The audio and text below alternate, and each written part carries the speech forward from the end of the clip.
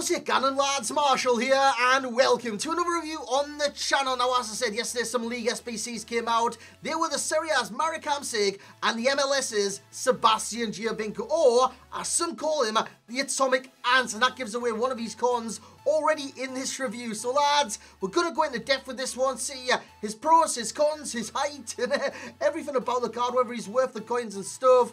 So if you do enjoy, smash it like on it straight away. Let's aim for that 1,000 like mark yet again. And if you do want any cheap MSP, PSN, or even game codes, head on over to g2a.com, use that code M89. Every single link that you need is right there in the description below. So, 2 came out. Marek Hamsik is at left centre mid. If you want to see a review on him, again, let me know in the comment section below. And we have Sbc Giovinco as striker. Now, he comes out as a centre forward. Now, where would I play him? I wouldn't play him striker. I'd play him as a wide cam in a 4-2-3-1. You might be wondering, that's a bit absurd considering you've got him at striker in this team, in this review and stuff like that.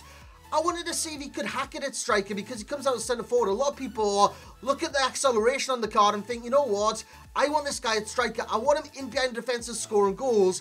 He can do that, but at the same time, he gets bossed because his lack of strength and his height. He's 5'4", the Ant in Atomic Ant. You just give it away. I think Zwick calls him the Atomic Ant. And yeah, he is very, very small. I think he's like one of, if not the smallest player on this game at 5'4". I know, what was it? There was a guy last year and the year before. Started with a B, Bienvenido? No, it's not him. But anyways, guys, Sbc Giovinco today, the team around him, we have De Gea, we have Valencia, I'm trying to remember that guy's name, Maldini, Desai, Alexandro, Marek Hamsik, SBC card, Pirlo is in the middle, of course, gives that strong link to Sbc Giovinco, which you do kind of need, lads. You do kind of need all weak links. You could go Italians, you could go, let's say, Icons, or you could go MLS, which we've got Alessandrini on the right-hand side, Pirlo in the middle, and Insigne on the left. So, without any further ado, let's get into this review. So, here we go then, lads, and the second I kind of forgot that guy's name, I remembered it is Buonanotte, it's that guy, Argentinian anyways, but we're focusing on Italian today. Like I said, he is very small, as you can see the height is 5'4", but how much do you have to pay? Is it going to cost you a large chunk of coinage to obtain this card? Well, it's going to cost you between 170 and 190 on the Xbox, and roughly the same on the PlayStation. I think on the PlayStation, he's at like the 170 mark, on the Xbox he's a little bit higher, towards the 190, so it does kind of range between the 170 and the 190 mark, or the ballpark around that. He scored 8 in 6 with 2 assists. That is why I recommend this guy could be played at cam as a wide cam, and he did fantastically well there because he's got 4-star skills, 4-star weak foot, height to medium work rates, great in-game stats. Considering he's got 92 acceleration, the sprint speed doesn't look too great, but if you add like a hunter on him, it goes to like 88, so it doesn't look too bad. And in game, with the position that he was in and the acceleration that he's got, I didn't see kind of too much issue with the pace on the card. The acceleration, however, it's instant. It really is, and it does give you that kind of instant burst pass plays on this game. The attacking positioning is 88, the finishing is 88 as well. Great for a striker. The passing is great for a cam. 85 short pass, 80 long pass. Stamina is 87. Aggression is 85. The strength is 47. The jumping's 39, and the head accuracy is 40. This guy is never, ever going to win a header on this game, so never cross it to Sbc Giovinco. Always play it on the ground if you're going to play him striker. And yeah, he's just never going to win a header. Look at that one. He didn't even attempt it. He attempted the classic, kind of, well, I'll say classic, he just attempted the standard scorpion kick, which if it did go in, I would have given this guy a 10 out of 10 straight on the straight off the whack, because that was literally the first involvement I had with Sbc Giovinco, and I thought, you know what, this is going to be amazing. That was the second involvement, 44 minutes in. So the involvement with the card, it took a while to get from minute 1 to minute 44 with him doing nothing in the match. So yeah, when he does come alive, he comes alive with a bang, because he's got great explosive finishing on this game. Inside the area, he can finish. Outside the area, he's got good long shots as well. So on the ground, this guy is very effective. In the air, he's the most ineffective card I've ever used in any FIFA. And I'm not just saying this lightly, honestly. As a striker, sometimes you look for the striker to hold up the ball and stuff like that. Sbc Giovinco just isn't that type of player, so he does come out as a centre forward. So you would recommend him playing centre forward. Why didn't you review him at centre forward in the false 9, this, that, the other? He would have been even worse. He wouldn't be getting involved in the play. He'd be drifting around in kind of a trick or Easter roll. and he just wouldn't be getting involved in the game. And that's a cracking strike, by the way, on his weak foot, and there's no kind of issue there again with the weak foot. It is 4-star, all his gravy in that kind of category. As the ball comes in from a corner kick, obviously Giovinco is not going to be there to header it because he is literally an ant in real life and on this game. Desai on the ball, Hamsik on the ball, into Giovinco, good turn from him. Tried to crack his shot off, didn't really work. It comes back to him eventually, and it's a nice finish with the outside of the boot. He couldn't really miss that, and if he did, I would have been pissed. But on the best stats with the card, obviously you've got the 92 acceleration, which I spoke about, and I reckon that's the key stat because yes, there is stats higher, the balance of 95 and the agility of 94, but that acceleration gives him the kind of boost it takes to get away from players on this game. Look at him on the wing here. He's not kind of slow. He's not slow, so if you're looking at sprint speed, I'm thinking he's going to be slow in the game. He's not. He's got a bit of pace about him, and he's got a lot about him inside the area, especially with the agility that he's got. It's 94, and the ball control, the quick turns that he does generate are fantastic to throw off defenders on this game, and he definitely will do that in game, especially with the bounce that he's got as well of 95.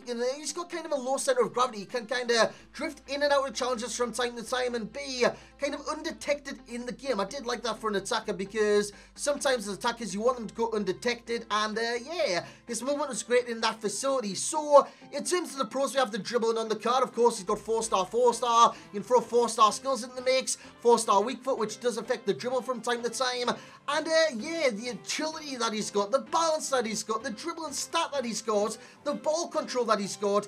Everything makes this guy a class dribbler on this game, especially the close control, because literally the ball goes up to his shins. He's that small. You might as well be playing with your fingers on with a tennis ball or something like that. It feels like that in game. He feels very, very small as he puts that one into the back of the net. The finishing ability on the card, there's no kind of doubt in my mind this guy can score goals because it's evidenced in the gameplay. He scored 8 and 6, which isn't too shabby, as he scores a one-on-one there with the goalkeeper. So, yeah, agility is the other one, and the acceleration is the final one, which I did tell you. It gives you that instant burst of acceleration, which is sometimes needed to get past players on this game.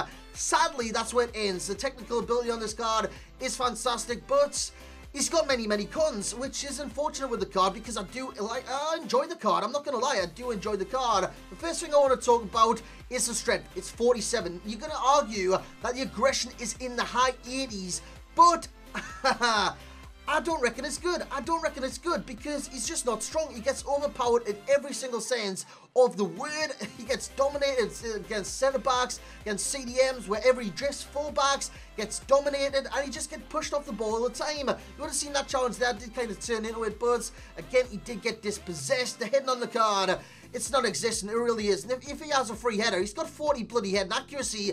Come on, what's he going to do with that? Face it in the net? I mean, come on. That's just shit. It's just shit. It's like he's never headed a ball in training. Every footballer in real life heads the ball in training. Again, when I was a kid, that was the first thing I used to do. We used to throw the ball like a throw-in and header it back to the player that did that, and we test the throw-ins that way and the headers that way. And yeah, Giovinco can surely head the ball in real life, so why they give him 40 heading, I'll never understand. The height that he's got, he's 5'4". Major issue with the card. Yes, that can't be kind of, well, it can be argued. I think Calvert-Lewin on this game, I think #Harry's been arguing this a lot, is like 5'8" and Wayne Rooney's like 6 foot or something like that, or they're the same heights, and Calvert-Lewin is like massively taller than Wayne Rooney in real life. Sometimes they do get the heights wrong, but in this case with Giovinco, they've got it spot on. He's small in real life and he's small on the game. The strength is the final category in terms of the cons, but one of the major ones is the league, and you might be wondering, it's a league SBC. If you want him, you'll get him, but again, at the same time, you've got to link him up with someone. You've got to link him up with like Alessandrini if you want to get overpowered, Pirlo if you want that strong link, or you've got to go full Italian. You've got to go full Italian. Special cards in the MLS might come thick and fast in the future. Who knows? We might see a Kaka, that premium SBC that I just want to see. I'm desperate to see that kind of card in the game. But for now, it's the MLS. I know the MLS, I'm not kind of discrediting that league in the slightest, but it's not as strong as like the Premier League, La Liga, the French League, the Serie A in this game. It's a game, and sometimes you need strong, able players, and in that league, there's just not many able players to perform at the highest level, and I'm talking about the FUT champions. So all in all, Giovinco will get a good rating because I do rate the card as a cam. As a striker, he will get you goals, but at the same time, he doesn't offer you as much as he would as a wide cam in a 4-2-3-1. As a super sub, this guy could be pivotal. He could bring the pace that Salah brings in game and generate that kind of impact that Salah's got. I want to try this guy as an impact sub in the future, maybe a super subs episode, who knows? But I've reviewed him today and he's going to get the rating of an 8.0. Like I said, I do like this card. At the same time, he's got many coins. That's why he's not getting this high rating as like a Mikel Antonio or anyone like that. He does have a lot of flaws in his game, and unfortunately, the league that he's in does affect how you're going to use this card. Value for coin 7.7. You do get packs off this, so it is worth doing for like 150 or something like that. But yeah, if he did get an inform, it'll be less than that, lads. It would be less than that. Divisions ready, somewhat. The higher divisions, he does struggle in. Champs ready, I don't reckon he's ready for champs unless use this guy as a super sub. Similar players, we have Mertens Recite, Gomez Recite, and Ben Yedder, all for their height because they are very small players on this game as well. But all of them are capable of performing, similar to Giovinco. He is capable of performing, but he's just not there. He's just not an elite player on this game, unfortunately. So that's going to be my review for Giovinco. If you have used him, let me know your experiences in the comments section below, and let me know who to review next. I should have a brand new series coming out maybe tomorrow around the World Cup and FUT Champions and the nations involved. We're going to have like a mini World Cup and see who wins the World Cup in terms of FIFA 18 on this channel. So that's going to be it for this review, lads. Hope you have enjoyed. If you have, once again, bring the bloody hype. Smash the hell out of that thumbs up button. Subscribe if you are new to the channel. And as always, I will catch you all next time.